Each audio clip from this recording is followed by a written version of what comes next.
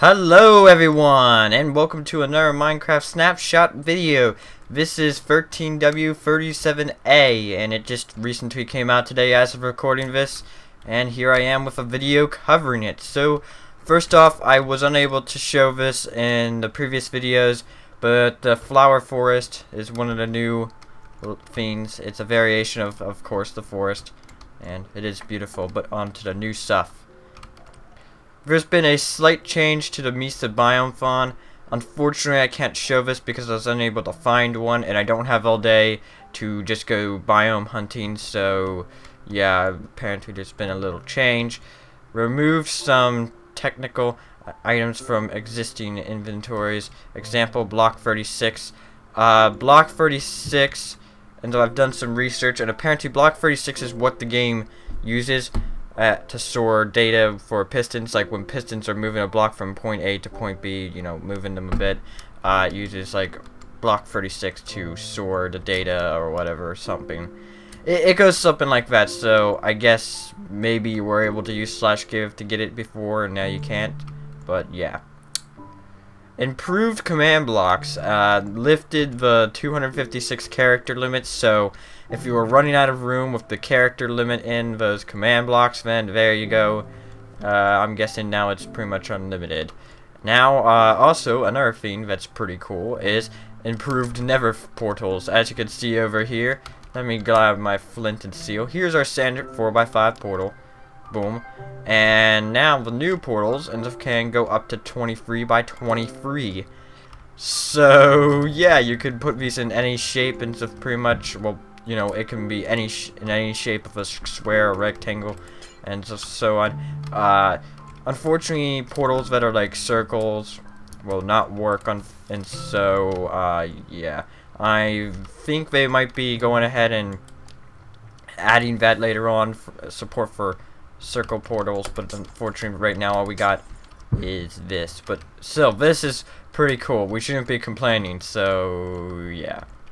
Blocks/item IDs can now be referred to with names instead of like the you know, the number ID. So right here I have an example, give @p dirt. Before that wouldn't work, I'd have to put in the item ID for dirt, but there's also something else you could do if we do /give, do equal15, and then we do tab. A lot of them by default it will be Minecraft and then something, say like dirt, which the Minecraft part is not required. You could just do dirt, so that's an improvement. I've also heard that apparently they're going to be phasing out the ability to give yourself items through the item IDs in the future, so there's something to keep in mind. This next one, map makers out there are going to love. There has been a new command added called /setBlock and /test for block. So I am more so a survival guy, so when it comes to command blocks, I am definitely not the most advanced person. But basically, the /setBlock command works like that, and you can be, of course, used with command blocks. Right here, I have an example of one that will set a block of stone, and here I have an example of one building a portal. Boom. So yeah, a pretty cool command. I really hope that someone makes an MC edit filter where you can select an area, then have command blocks basically build that area. Because I think it would be really cool if you're, you know, in an adventure map and you're going towards a structure and you see it just being built or rising from the ground, I guess you could say.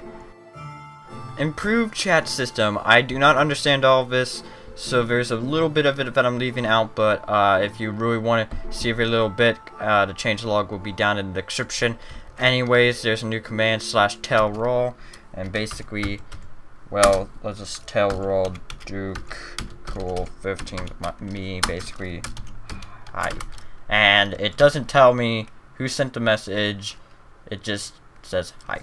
And so here I have a more advanced example, and if I actually copy and paste this from the example on the changelog, because I do not understand this in the slightest bit. It's something where it's like text and daytime, then text, click here, and so on.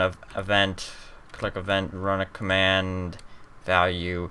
I don't really get it, but to map makers and maybe even server owners out there, like, you know, I could probably see plugins making use of this, like, say, there's a broadcast plugin that says, you know, if you want to donate, click here, and instead of, you know, like a normal plugin where you have to type, where it's tell you to type /warp donate, you could just literally click on the thing, and it will just teleport you to the donation area. So that could be really good for servers, and with plugins and so on. And basically this one here, it's an example of, you know, if you want daytime, you can click here and it does that, but you can click it as many times as you want. So I'm guessing that's for one, that's kind of game breaking and maybe even kind of a bug. So yeah, screenshot save messages can now be clicked on. So if I go ahead and I take a screenshot, I can click on the screenshot text, and it opens up a window where I can view my screenshot. So that's pretty awesome.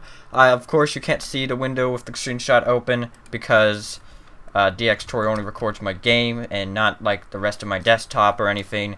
So yeah, and also names can now be clicked on to PM people and to message them. So let me just say something in chat, and to say I want to tell Duke here to sup famming shop, and if I can do that, and it's easy. I just click on his name and it does that. That will be really useful for, say, like servers, like on my server.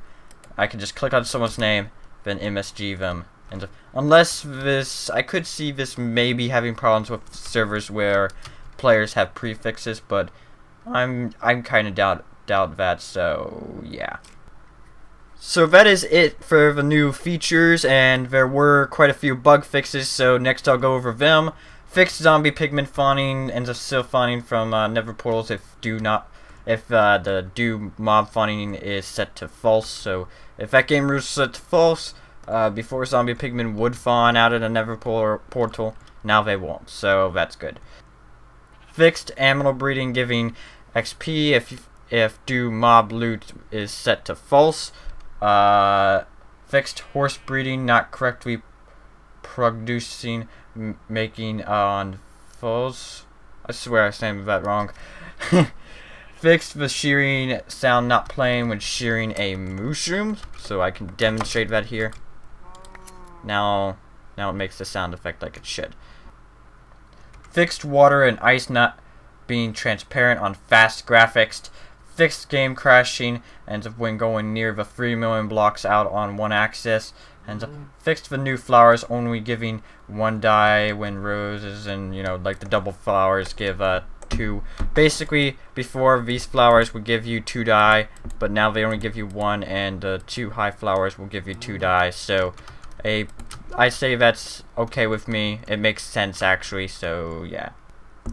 Fixed the thorns enchantment and of sometimes damaging the wearer, basically the player who's wearing the thorns enchantment. Fixed entering the status menu, like basically before apparently if you enter the achievement or status menu, it would unpause your game. As you can see, that's still kind of a problem, and if it will like unpause the game for a second, then like repause it. So there's something. Fixed flint and steel sound and hand animation not playing when lighting a creeper. This is one thing I apparently missed, but if you right click on a creeper with a flint and steel, it will cause them to blow up. The last bug fix is a fix for the ender crystal and the overworld causing non-reasonable amounts of lag. So apparently it was just very, very laggy, and if you're wondering how you get it, you basically do summon ender crystal, and yeah.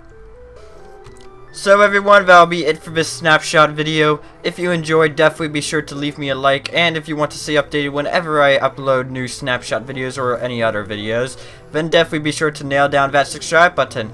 Until next time guys, I'll see you in the next video. Bye!